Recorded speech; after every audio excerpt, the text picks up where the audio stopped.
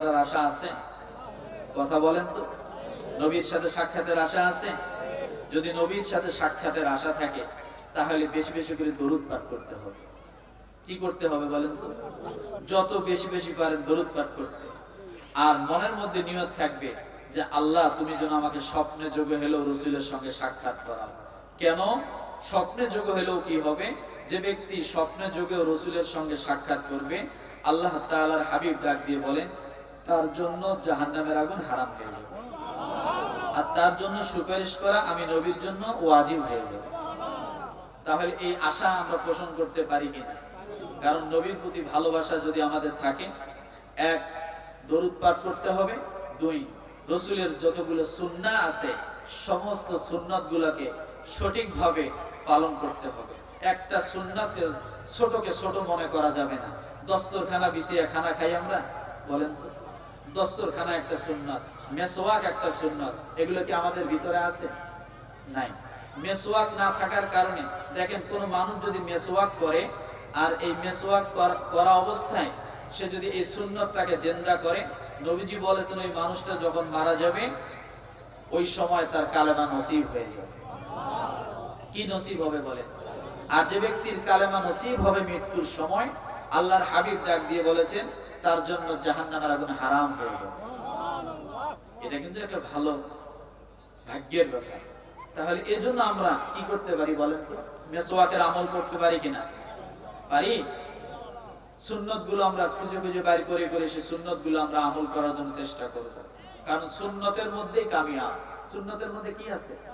কামিয়াব আছে। ও মুসলমান, ওই ছোট্ট বাচ্চা আল্লাহ নবীর সঙ্গে দেখা করার জন্য কান্না করে। আল্লাহ নবী মুহাম্মদ রাসূলুল্লাহ সাল্লাল্লাহু আলাইহি ওয়াসাল্লাম পা পা করে ওই মক্কার জমিন দিয়া হযরত আবু বকর সিদ্দিক রাদিয়াল্লাহু তাআলা আনহুকে পা পা করে নিয়ে পথ রওনা করেছেন। আল্লাহর নবী ডানে তাকান বামে তাকান, বিভিন্ন ভাবে মানুষের তার পিছনে শত্রুতা করে, কথা ঠিক কিনা? আল্লাহ নবী পা পা করে যখন পথ রওনা করেছেন, হঠাৎ করে আল্লাহর নবীর কানের মধ্যে কান্নার আওয়াজ। জোরে বলেন, আরো জোরে বলেন। আল্লাহর নবীর কানের মধ্যে পাহাড়ের চূড়া থেকে কান্নার আওয়াজ। আল্লাহ নবী হযরত আবু বকর সিদ্দিক রাদিয়াল্লাহু তাআলা আনহুকে ডাক দিয়ে বলে, ও আবু বকর একটু দাঁড়াও তো, দেখো তুমি তোমার কানের মধ্যে কোনো কান্নার আওয়াজ কি শোনা যায় কিনা? আবু বকর সিদ্দিক রাদিয়াল্লাহু তাআলা আনহু দেখে, জি হুজুর, এই পাহাড়ের দিক থেকে কান্নার আওয়াজ আসতেছে। আল্লাহর নবী আবু বকর সিদ্দিক রাদিয়াল্লাহু তাআলা আনহুকে নিয়ে পা পা করে যখন ওই পাহাড়ের দিকে কান্নার দিকে ছোটা শুরু করে দিলেন। যখন কান্নার দিকে গেলেন, যাওয়ার পরে দেখে ছোট্ট একটা বাচ্চা পাহাড়ের নিচের মধ্যে বসে এমন ভাবে কান্না করতেছে, বাচ্চাটার দুইটা হাত বুকের মধ্যে দিয়া আসমানের দিকে তাকায়া আল্লাহকে ডাক দিয়ে বলে, মালিক, জানি না তোমার নবীর সঙ্গে কি আমার দেখা হবে কিনা। আমি যদি এইভাবে দুনিয়া থেকে চলে যাই, আল্লাহ মনের মধ্যে বড় কষ্ট থাকবে। আল্লাহ তুমি আমার এই দোয়াটা কি কবুল করবা না? এইভাবে ছোট বাচ্চারা দোয়া করে। আল্লাহ তাআলা ডাক দিয়ে বলে, বাচ্চারে, তুমি যে দোয়া করতেছো তুমি একটু তাকায়া দেখো, তোমার সাথে আমার নবী দাঁড়িয়ে আছে। আল্লাহ নবী বাচ্চার দোয়াগুলো শোনে, নবীজি নিজেও কান্না করে ডাক দিয়ে বলে, আবু বকর, এটা কোন বাচ্চা রে, কোন ছেলে রে, এর বাড়ি কোথায়, এর বাপ মাকে কিছুই বুঝি না। এই পাহাড়ের চূড়ায় বসে বসে সে বাচ্চারা কান্না করে। আল্লাহর নবী সাহাবী আবু বকর সিদ্দিক রাদিয়াল্লাহু তাআলা আনহুকে নিয়ে দাঁড়ানো। বাচ্চার কান্না এক পর্যায়ে শেষ হয়ে গেল। মুখ থেকে যখন হাতটা নামিয়ে দিলেন, নামানোর সঙ্গে সঙ্গে দেখি দুইজন পথিক, লম্বা লম্বা দুইজন মানুষ, বড় বড় দুইজন মানুষ, চাঁদের মতো চেহারাওয়ালা দুইজন মানুষ তার পাশের মধ্যে দাঁড়ানো। বাচ্চাটা হঠাৎ করে থমকে গেল, ভয় পেয়ে গেল, ডাক দিয়ে বলে, আপনারা কারা? আল্লাহর নবী ডাক দিয়ে বলে, ও ছোট বাচ্চা, তুমি বলো তো তোমার বাড়ি কোথায়? যখন এই কথা বলেছে, বাচ্চার চোখ দিয়ে অঝরে পানি বাইর হওয়া শুরু হয়ে গেছে। ডাক দিয়ে বলো, ও পথিকদ্বয়,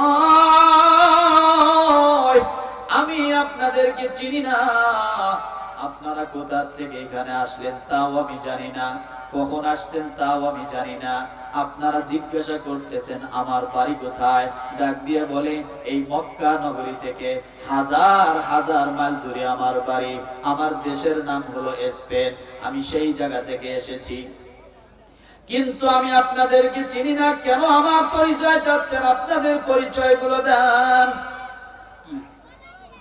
আপনাদের পরিচয়গুলো দেন। আল্লাহ নবী ডাক দিয়ে বলে, বাচ্চারে, এত সময় মুখের মধ্যে হাত দিয়া কেন তুমি কান্না করেছো? কিসের জন্য কান্না করেছো? কেন তুমি এখানে নিরেলা নির্জনে বসে কান্দো?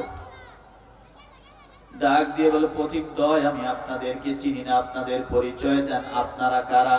কারণ যার তার কাছে যদি পরিচয় দেই, কেন কান্না করলাম এই কথা যদি আমি যার তার কাছে বলি, তাহলে অবশ্যই হয়তো যদি সেই ব্যক্তির শত্রু হয়ে থাকে, তাহলে আমাকে এখানেই শেষ করে দিতে পারে।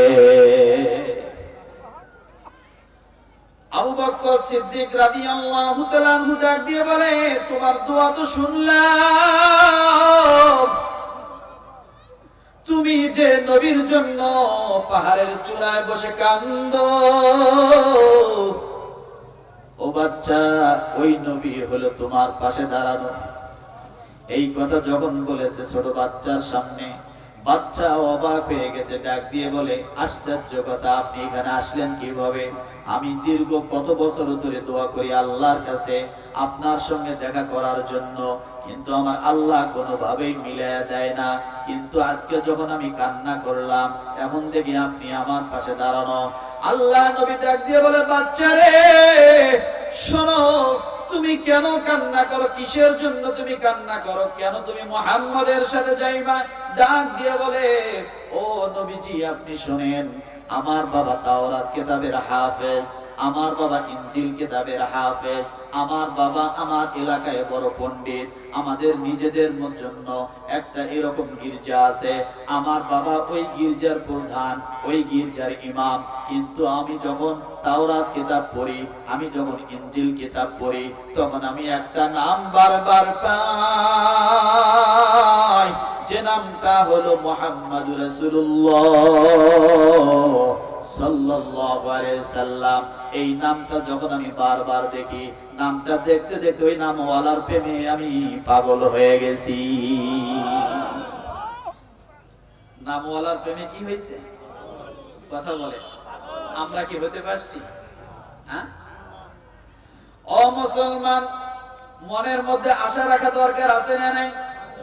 এই জন্য আল্লাহ ডাক দিয়ে বলেন, ইন্নাল্লাযীনা ইয়াতলুনা কিতাবাল্লাহ, যারা আমার কোরআন মানে, যারা আমার কোরআন তেলাওয়াত করে, যারা আমার কোরআনকে ভালোবাসে, যারা আমার কোরআনের মহব্বত করে, আমি আল্লাহ আমার ওই বান্দাগুলোর জিন্দেগীর গুনাহ মাফ করে দিয়ে আমি আল্লাহ তাদেরকে ভালোবাসা দেই। কিন্তু থাকতে হবে কি? ঈমান। কি থাকতে হবে বলেন তো? জোরে বলেন, কি থাকতে হবে? আল্লাহ নবী ডাক দিয়ে বলেন, বাচ্চাটাকে, তুমি এই যে কান্না করতেছো যার জন্য, সে তো তোমার সামনে দাঁড়ানো, তুমি কি তার সাথী হতে চাও? তুমি কি তাকে ভালোবাসো? তুমি কি চাও সেই লোকটা তোমার বন্ধু হয়ে যাক? এই কথা যখনই বলেছে, ছোট্ট বাচ্চাটা ডাক দিয়ে বলে, ইয়া রাসূলুল্লাহ, যার সঙ্গে বন্ধুত্ব করার জন্য বাবা ছাড়লাম, ঘর ছাড়লাম, বাড়ি ছাড়লাম, সব ছেড়ে দিয়েছি, আজকে কাফেরের বাড়ির গোলাম হয়েছি, কত লাঞ্ছিত, কত অপমানিত, কত কষ্ট, কত মায়ের, কত কিছু। ইয়া রাসূলুল্লাহ, আপনি দেরি করবেন না, আমার জীবনটা হয়তো এখনই বাইর হয়ে যেতে পারে, এই সুযোগটা আমি দিব না, আপনি এখনই আমাকে কালেমা পড়ায়া মুসলমান বানায়া না।